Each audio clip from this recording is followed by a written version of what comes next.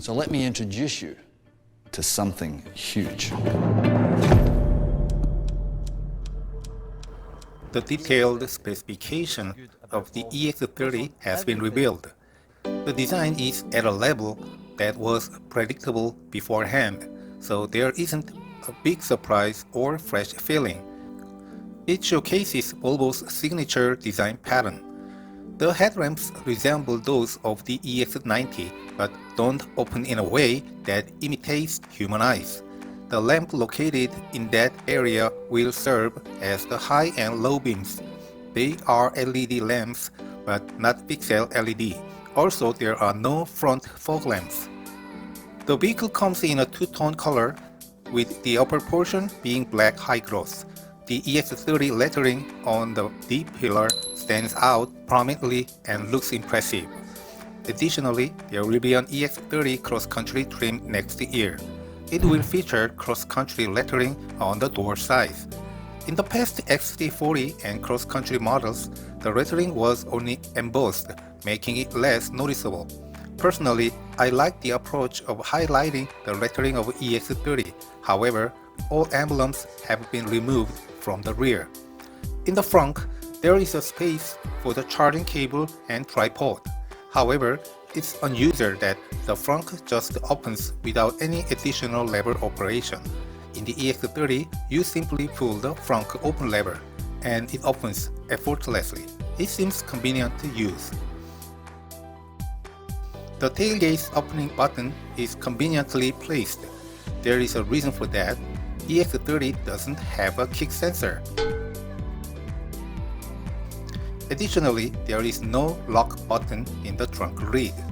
Looking at the interior, it's difficult to find corners that resemble previous Volvo models. Many parts are new. There is no driver's instrument cluster, only a vertical center display. That device contains a sensor that detects the driver's eye movement. The display at the top of the center display shows necessary driving information such as gear position and speed in a minimalistic configuration. With this setup, a head-up display would be necessary, but it seems the EX30 doesn't have one, possibly due to cost reasons. All switches on the doors have disappeared, leaving only the door handle. The window switches and door lock switch have been moved to the center. Additionally, there are many storage compartments with clever ideas below. Pressing it will reveal a cup holder, and pushing the top cup holder frame back turns it into a regular storage compartment. It can also be adjusted to two different lengths. There is also a two-tiered storage compartment at the bottom. The conventional passenger side storage compartment has been removed, and its position has been moved to the center.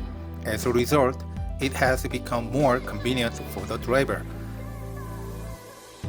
There is a phone holder that can accommodate two phones, but unfortunately, wireless charging pads are only available on one side.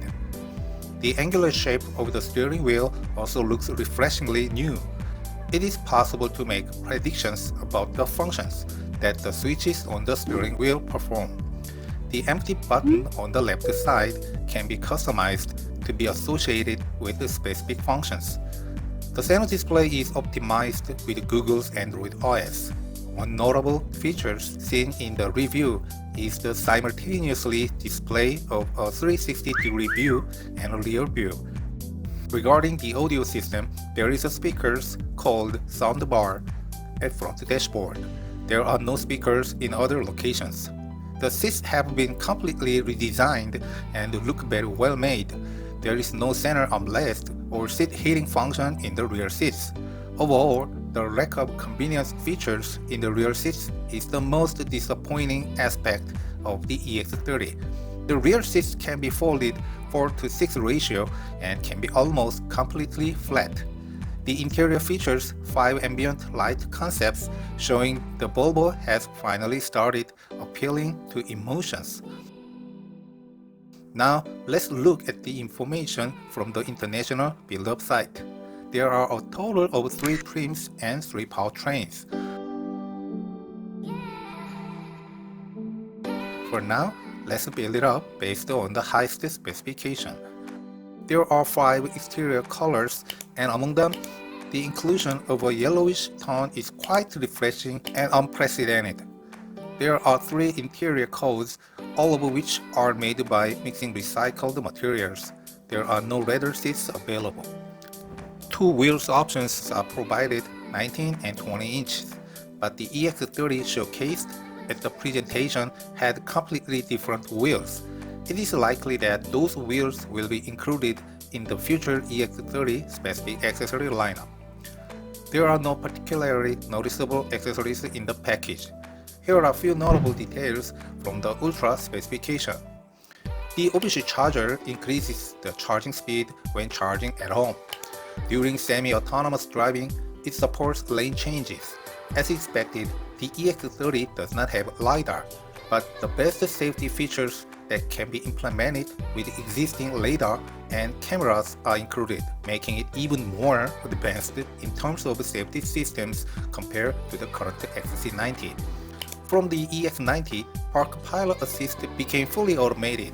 The EX30 is also fully automated, and interestingly, it can even perform diagonal parking.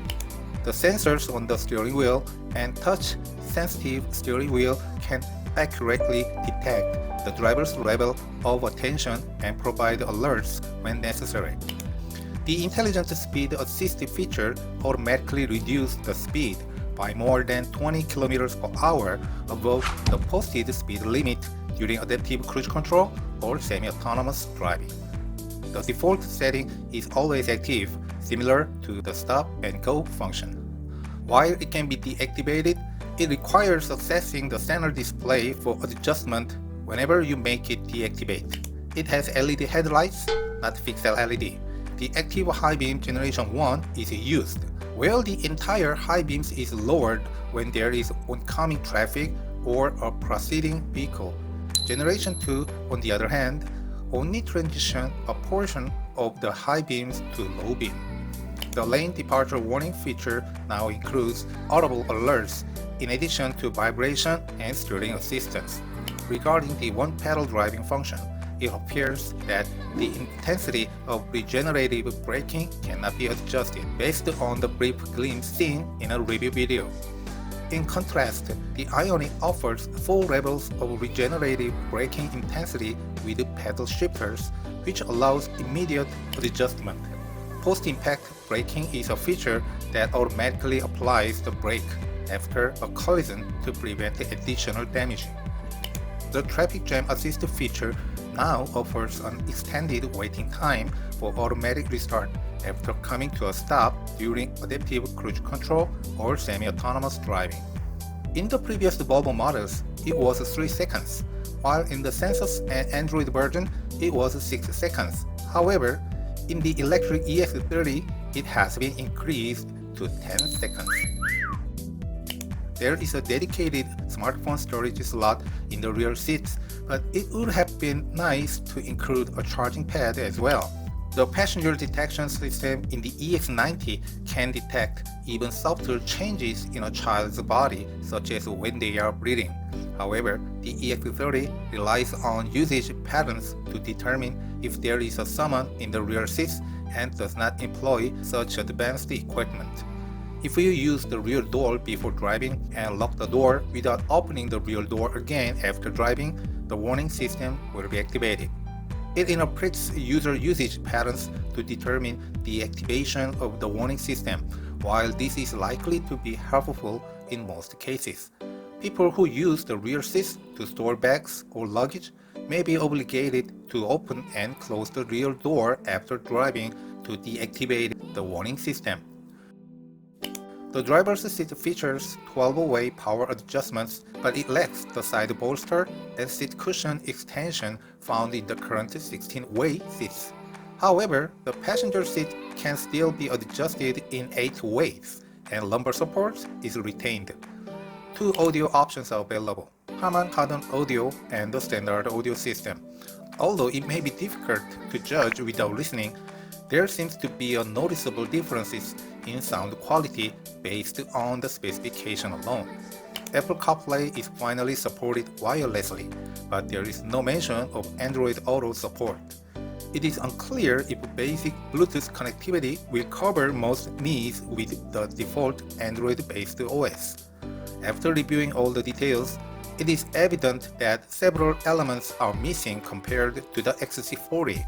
Features such as rear heated seats, armrest, ventilated front seats, vanity mirror lighting, driver's display, head-up display, trunk foot sensor, and trunk lock button, less cell phone charging. However, considering the price, the EX30's competitiveness is expected to be significantly higher. This comparison might leave potential buyers at a crossroads.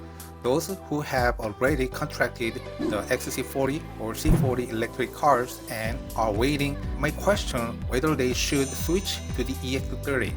Comparing the two vehicles, there are numerous differences in components. Each person's subjective judgment regarding what they can live without and what they must have will play a significant role in the decision-making process. To provide a more objective comparison, space was considered. The front seat space is actually more generous in the EX30. However, the leg room in the rear seat is almost 10 cm narrower compared to the XC40. The trunk space using V211-2 measurement standards is 318 liters for the EX30, while the XC40 offers 460 liters. In summary, rear seat and trunk space is not that necessary if it will primarily serve as a second car for short-distance commuting, or if it will be the first electric car for a novice driver. The EX30 could be the best choice. Using it as an advertisement in that manner might be exaggerated.